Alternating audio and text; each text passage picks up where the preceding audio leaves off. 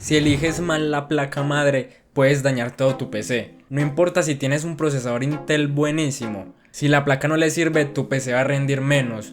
Los juegos se te van a trabar y todo va a ir más lento de lo que debería. Y lo peor es que mucha gente la elige sin saber. Solo porque es más barata, porque se ve bien o porque alguien se la recomendó. Y después se arrepienten. En este video te voy a explicar cómo elegir bien la placa madre para Intel, sin pagar de más y evitando errores que muchos cometen.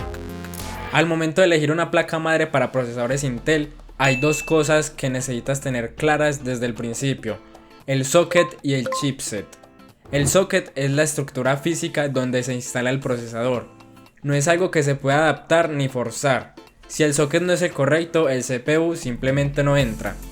Para los procesadores Intel de 12ª, de 13ª y 14ª generación, que son los que más usan las personas, el socket compatible es el LGA 1700. Ese dato es fundamental porque cualquier otra versión, como el LGA 1200 o cualquier socket de AMD, no va a funcionar. Una vez que aseguras el socket correcto, lo siguiente es entender el chipset. Este componente interno define cómo se comunica el procesador, la memoria RAM, los discos y todos los demás componentes que han conectados a la placa madre. Básicamente establece qué tan completo o limitado será tu sistema, y se presenta con una combinación de letras y números que mucha gente no sabe interpretar, pero que es muy fácil de entender cuando te lo explican bien. Las placas madres compatibles con Intel modernas usan chipsets que comienzan con las letras Z, B o H. Estos son los que deberías considerar. Los que empiezan con otras letras como A, B, X son parte de procesadores AMD y no tienen nada que ver con Intel, aunque a simple vista parezcan similares. No comparten ni el socket ni el chipset, así que directamente no sirven. La letra Z en un chipset indica que es una placa que ofrece funciones avanzadas, soporta mejores componentes, más capacidad de expansión y opciones más completas. Las placas con B tienen un enfoque más equilibrado. No permiten hacer ajustes al rendimiento, pero siguen ofreciendo buenas características para la mayoría de los usuarios. Las que comienzan con H tienen funciones más reducidas, son más simples y se limitan a cubrir lo básico. Después de la letra vas a ver siempre un número. Este número indica la generación del chipset. Mientras más alto sea, más nuevo y actualizado es ese modelo. Por ejemplo, una B760 es más nueva que una B660 y una Z790 es más reciente que una Z690. También te encontrarás con modelos como H610 o H670 que siguen el mismo patrón. A veces las diferencias son pequeñas, pero otras veces incluyen mejoras importantes como soporte para procesadores nuevos. Siempre que puedas, es recomendable elegir un chipset más nuevo dentro de la misma serie, especialmente si el precio es similar. También es importante prestar atención a la compatibilidad con la generación del procesador. Aunque usen el mismo socket, no todas las placas madres vienen preparadas de fábrica para funcionar con los procesadores más recientes. Algunas requieren actualizar la BIOS y si no tienes otro procesador compatible para hacerlo, eso puede convertirse en un problema desde el primer encendido. Por eso conviene buscar modelos que ya estén listos para la generación de CPU que vas a usar. Ahora toca hablar de algo que también importa en una placa madre, pero que es clave si quieres que tu procesador funcione bien: el VRM. Aunque suene técnico, el concepto es fácil de entender. El VRM es el módulo que regula el voltaje que recibe el procesador.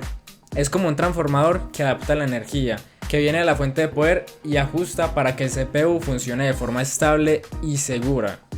Si el VRM no es bueno, el procesador no puede trabajar al máximo. Vas a notar temperaturas muy altas.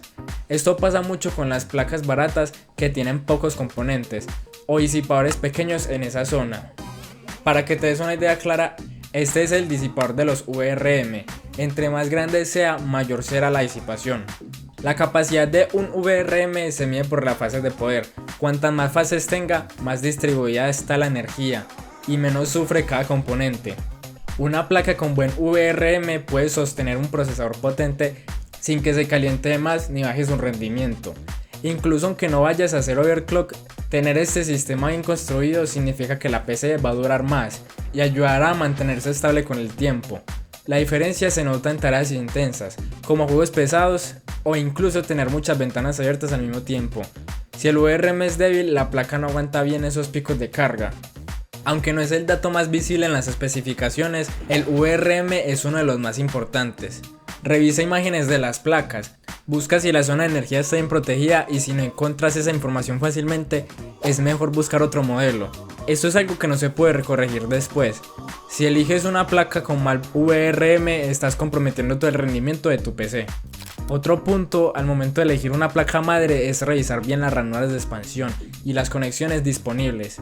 Esto no siempre se nota a simple vista, pero puede hacer una gran diferencia en el uso que le vas a dar a la PC. Empecemos con las ranuras PCI Express. Estas son las que se usan para instalar la tarjeta gráfica y otros componentes, como capturadoras o tarjetas de red. La más importante es la PCI Express por 16, que es la que usa la GPU. Hoy en día, lo más común es encontrar placas con ranuras PCI Express 4.0 o 5.0. La diferencia entre una y otra está en la velocidad de transferencia. PCI Express 5.0 es más rápida, pero aún así no se nota tanto la diferencia, porque la mayoría de GPUs actuales todavía no aprovechan al máximo esa velocidad. Por eso, si una placa trae PCI Express 4.0, sigue estando bien para casi cualquier ensamble. Después están las ranuras M.2, que se usan para instalar discos sólidos NVMe. Esto sí cambia mucho entre placas. Algunas traen una sola ranura y otras pueden tener 2, 3 o más.